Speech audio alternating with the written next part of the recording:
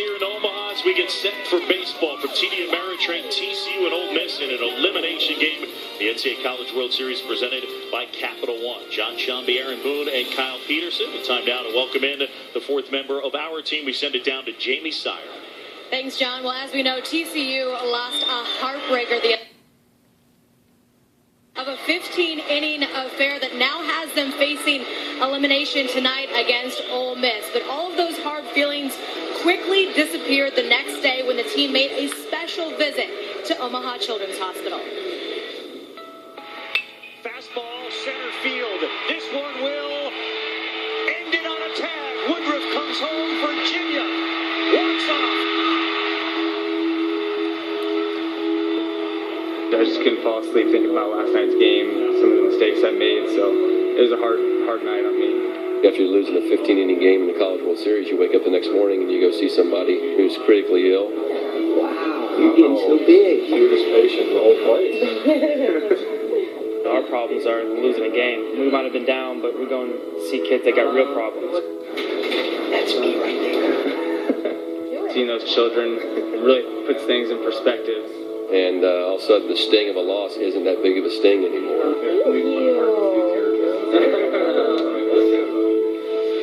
Now, keeping perspective, that's really been a theme for this team all season long. As we reported earlier in this tournament, they adopted a 5-year-old cancer patient named Micah Ahern. He even signed a letter of intent for the 2027 class. They were hoping to have him in attendance tonight, but he had to undergo some more chemo.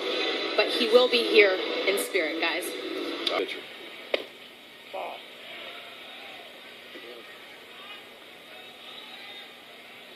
That said, we've got a very calm night from a wind standpoint. For the most part, it's been blowing hard directly in. Team starts into tonight. They actually took him out of the rotation for a couple of weeks. Jim Schlossnagle said they did it basically to get him to work on his off-speed stuff. Bouncer out to short. Jones handles that chance. Fine. Cody Jones to start it off. Good speed for him. Jeff Smith is effective tonight. Anderson, Robinson, Overby, and Orvis on the infield should be busy. With early contact a lot, too.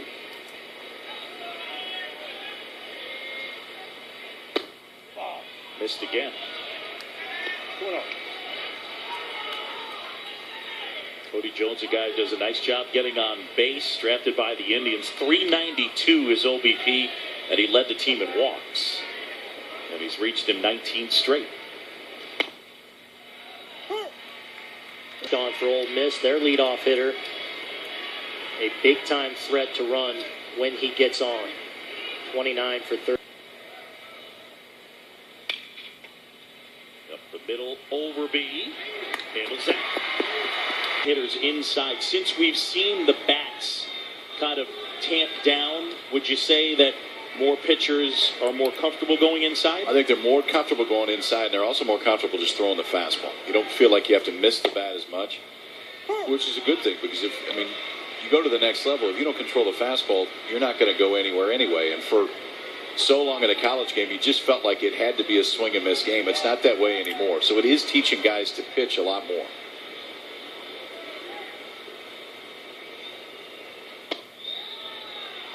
Touched on it to start the broadcast. TCU altering its lineup for the first time since the end of April. Jarek Suter sliding into the 4 spot for Jim Schlossnagle. He said if he needed a big hit, 1 or 2 guys, it would be White or Suter he wanted to play. This is an athletic kid now. And I know he hadn't hit any home runs this year, but All-State in 3 sports in Indiana. Invited walk-on at Indiana to play basketball for Tom Crean. Instead wanted to play baseball, ended up down at Fort Worth. But he can do a lot of things athletically. Up the middle, TCU. First hit. The field. And now the batter, the second baseman, Garrett Crane.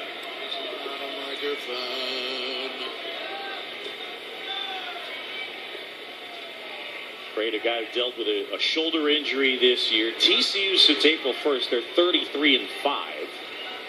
And that's kind of the marking point when both Suter and Crane got healthy again. Slice to left. Lee. Aggressive here.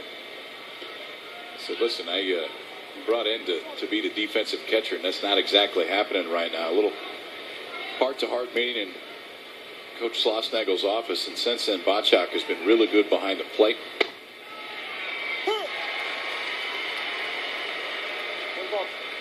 Did you ever have a little heart-to-heart with Mark Marquis while you were at Stanford? It was more he had a heart-to-heart with me, I think. There wasn't a whole lot of... Right. A lot of nodding on my part. And a monologuing on the receiving end of a nice monologue. Aaron Boone, Mike Gillespie, ever have any chats with you? Oh, sure. Chewing outs. A little more back and forth, though, than maybe Kyle had with 9, but, oh, yeah. All part of the college experience. Oh, yeah.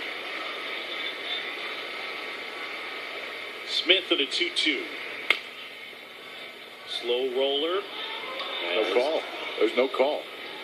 Yeah, they're going to say foul ball. There's no call. Nobody yeah, called a foul. You're right.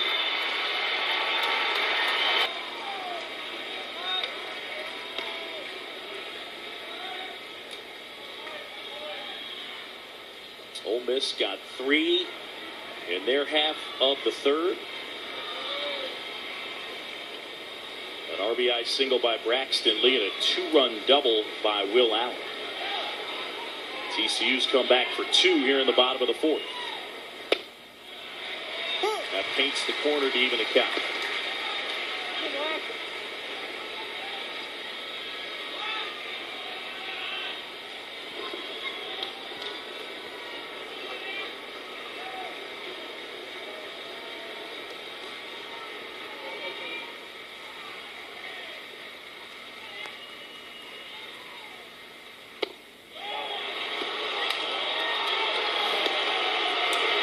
Kind of shakes his head there, but he got the call in off the plate the pitch before, and this time I think by just missing his spot, it may have been a similar pitch on the outside corner, but because Knight had to reach for it, he doesn't get the call.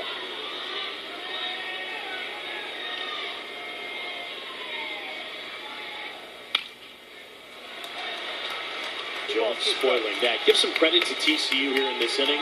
A lot of really patient at-bats where they've been able to stay off pitches, extend at-bats, draw walks, etc. Yeah, good at-bats, up and down. Even Bachak, who eventually struck out, patience, aggressive swings. Sometimes you tip your cap to the pitcher, and Laxer was able to beat him with his best.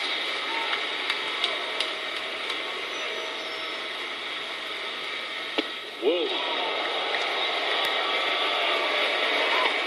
It looked like the first one that Laxer tried to go max effort on. Velocity was up a little bit, it was 93, but it just sailed on it. Before, 89 to 91 was pretty good life. It was coming out of his hand good. That time, tried to muscle up, and it just took off. Well, now you get the benefit of everyone running here, so it affects the defense, it affects force outs, and certainly a base hit will definitely score 2 now. Runners on the go. The 3-2. Towards first and foul. And they'll do it again.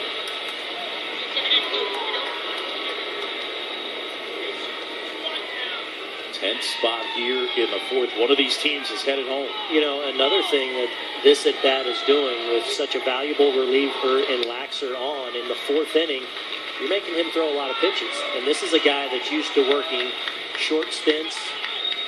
So if nothing else, man, you're taxing his pitch count, and earlier rather than later, he'll be out of this game. The mindset is they don't think he's going to work a short stint this time. Ole Miss needs him to go deeper. Walks in a run, and we are tied at 3. This entire at-bat that, hey, it's something I will go to, and maybe